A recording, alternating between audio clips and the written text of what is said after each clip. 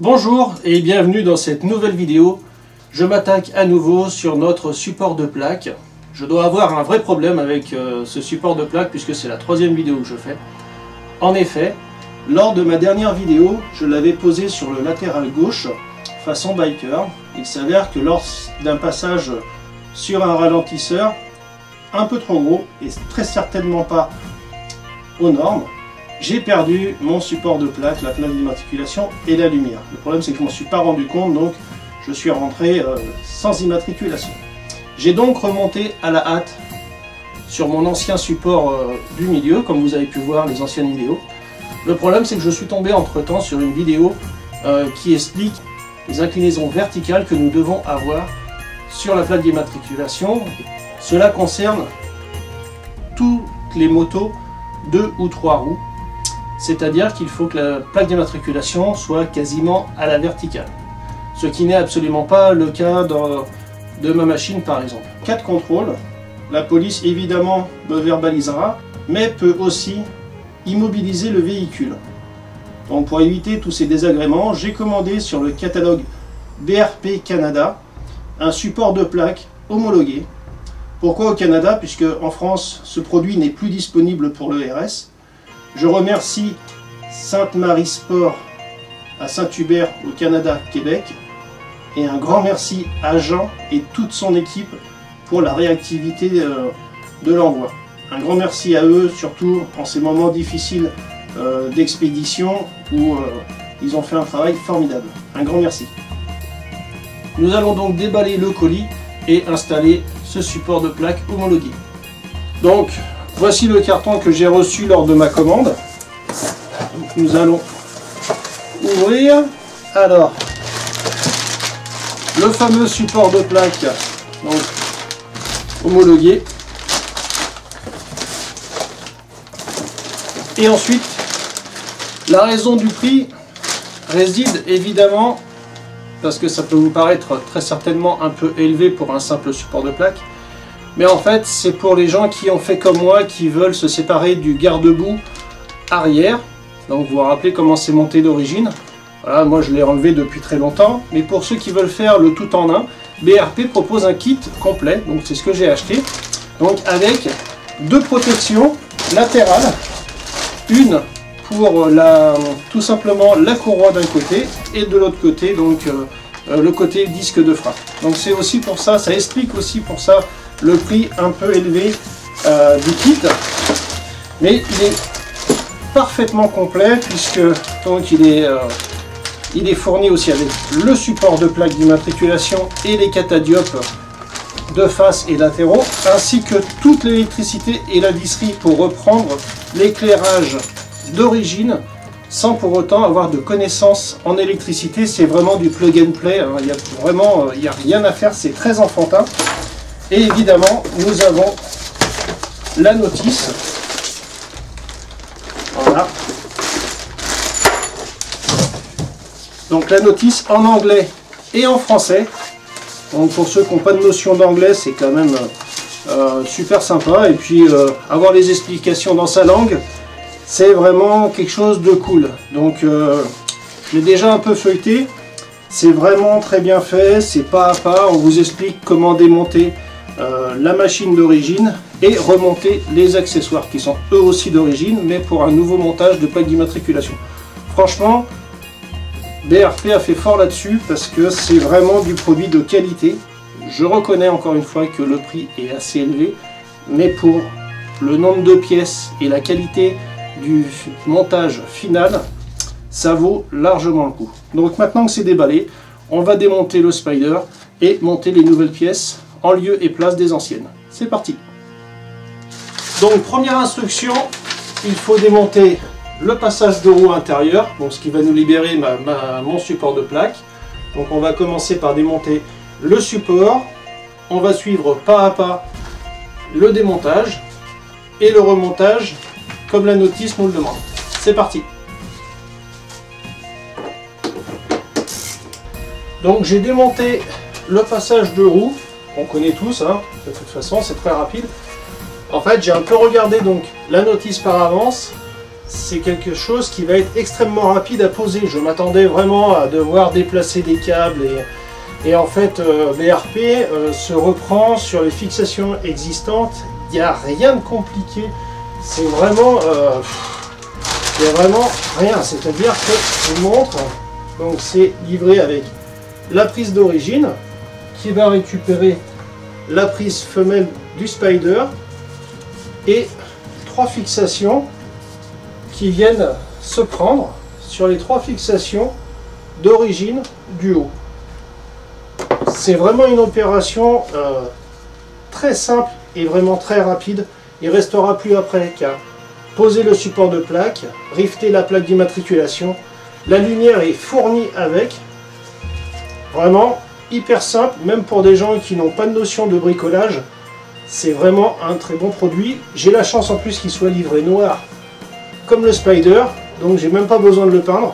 Et vu la finition, même pour toutes les autres couleurs, il n'y a pas besoin, c'est vraiment de la pose directe. Donc on l'installe. Donc la première chose à faire, c'est de brancher le raccord électrique sur la ligne d'origine. Donc premier problème rencontré, la prise du support de plaque est plus grosse que mon support d'origine. C'est pourquoi BRP fournit, encore une fois, l'adaptateur qui est capable d'accepter tous les modèles du GS au RS. Franchement, bluffé. Donc vous voyez, je sais pas si on le voit bien à la caméra, mais voilà. Et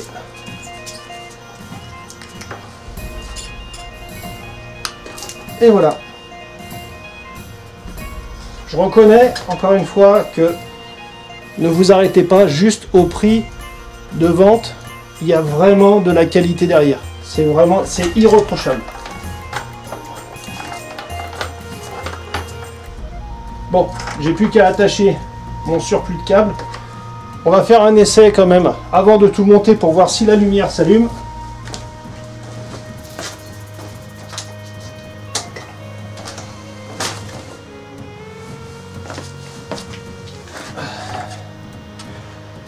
Donc comme le problème des LED est toujours identique, puisque vous savez qu'il y a un gauche, un droite,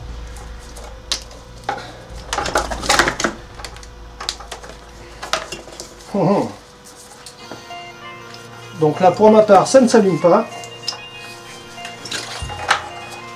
Il va falloir que je tourne la ligne électrique gauche-droite,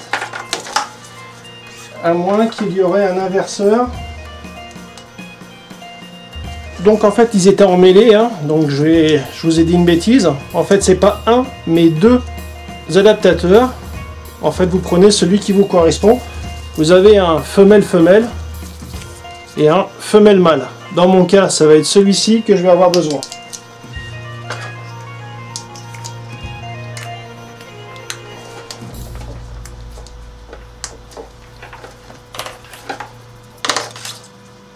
Donc ça s'allume pas. Je vais devoir retourner les câbles à l'intérieur pour pouvoir faire fonctionner la lumière. J'avais une chance sur 2 pour que ça arrive. Je viens de retourner la polarité de ma ligne électrique. Comme vous avez pu le voir dans une précédente vidéo, quand j'avais posé mes feux LED avant, rien ne vous garantit que la polarité de vos prises électriques qu'on vous vend dans le commerce soit compatible, soit dans le même sens que votre machine. Donc là j'ai retourné la polarité et du coup la LED marche très bien. Donc il n'y a plus qu'à remonter le passage de roue avec le support de plaque et l'installation sera terminée.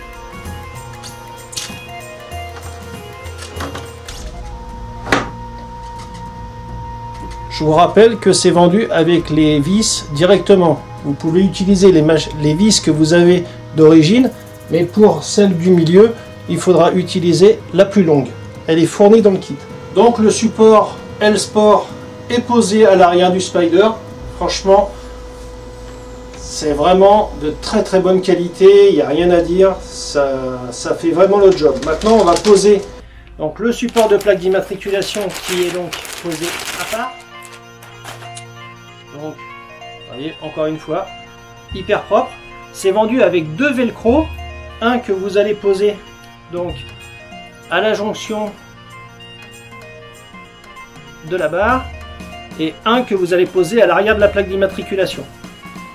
C'est un montage canadien, ce qui veut dire que eux partent du principe qu'on peut boulonner de chaque côté la plaque d'immatriculation. N'oubliez pas, en France, le boulonnage d'une plaque d'immatriculation est interdit.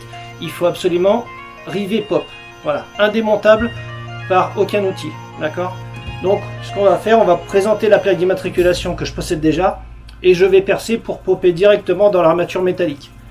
Ça vient ici se visser sur le support qui est déjà existant avec les boulons fournis par BRP. Petit arrangement à la française pour la fixation du support de plaque d'immatriculation sur l'aile sport. Donc je vais utiliser des vis tête fraisées. Pourquoi? Parce que les vis fournies par BRP, qui sont donc des vis Torx à tête bombée, vont trop nous décaler la plaque d'immatriculation, puisque, comme je l'ai dit à l'instant, on ne peut pas boulonner nos plaques d'immatriculation. Il faut absolument qu'elles soient rivetées, donc indémontables. Donc je vais mettre des têtes fraisées, plus plates, afin que la plaque d'immatriculation vienne reposer directement sur la tête plate, voilà, comme ceci. Et donc le montage comme ça sera parfait et il n'y aura plus besoin de toucher à quoi que ce soit. Alors le montage est maintenant terminé, l'aile est entièrement posée, la plaque d'immatriculation et sa lumière sont en place. Il vous faudra très peu de temps pour tout installer. Voilà, moi j'ai juste eu de la malchance sur ma ligne électrique, les fils étaient inversés. Si vraiment vous avez de la chance que c'est en branchement direct dès le départ, il vous faudra moins de 20 minutes franchement pour démonter le support, poser et brancher. Voilà. Le plus long c'est évidemment de popper la plaque d'immatriculation, mais sinon il n'y a aucune grosse difficulté dans le montage de l'aile sport BRP. Je vais maintenant poser les deux accessoires supplémentaires de chaque côté. C'est optionnel, on peut très bien s'arrêter là. Finalement les côtés c'est vendu avec le kit, mais n'est pas obligatoire. C'est toujours mieux de les mettre évidemment, mais en tout cas si vous voulez juste l'aile, vous pouvez vous arrêter ici, tout est bon. Alors on va commencer du côté courroie. Donc voici le carter en question, donc qui est déjà tout préformé. Moi quand j'avais enlevé mon garde-boue arrière, j'avais remis la protection basse de la courroie. Là c'est carrément un nouveau bloc qui prend l'ensemble. Et franchement, très grosse protection. Là, je reconnais que niveau projection, ça va être difficile de faire pire. Donc, on va démonter l'ancien cache et monter le nouveau qui vient se reprendre sur les fixations d'origine. C'est vraiment très facile. Et voilà le résultat. Il y a un petit peu d'ajustage, mais franchement, le rendu est vraiment top. On va reprendre les trois fixations d'origine, une ici, deux en dessous. Et donc il vient tout simplement se plaquer ici.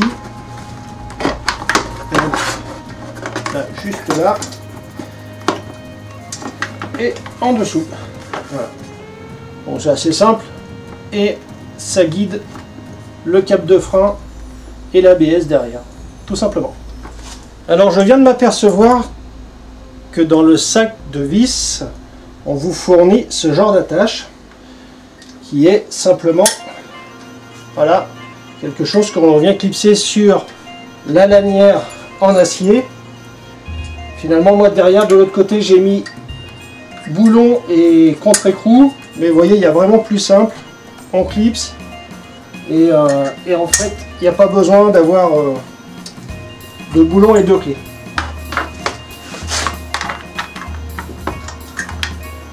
Et bien voilà, les trois vis sont posées, donc ça se passe extrêmement bien, c'est très rapide. En tout et pour tout, il m'aura fallu 1 heure pour poser l'aile sport et les deux protections latérales. C'est vraiment très facile et il ne faut absolument pas de notion de mécanique particulière. Très heureux du résultat. Eh bien, cette vidéo est maintenant terminée. Je vous remercie de m'avoir suivi. Je suis très content de mon achat. Encore une fois, ne vous arrêtez pas au prix annoncé. Il y a beaucoup de qualité, beaucoup d'accessoires. Les pièces sont vraiment faites pour la machine. Il n'y a pas de souci, tout est homologué. Si ça vous intéresse, franchement, foncez. Il vous faudra 1 heure de temps pour tout poser. Et franchement, c'est extrêmement facile. Je voudrais encore remercier toute l'équipe de Sainte-Marie Sport au Québec pour son professionnalisme. Un coucou particulier à Jean, il se reconnaîtra. Merci à toi de m'avoir permis de recevoir ces pièces malgré la pandémie qu'on connaît tous aujourd'hui. Je suis très content du résultat. Bonne route et à bientôt pour une nouvelle vidéo. Bye!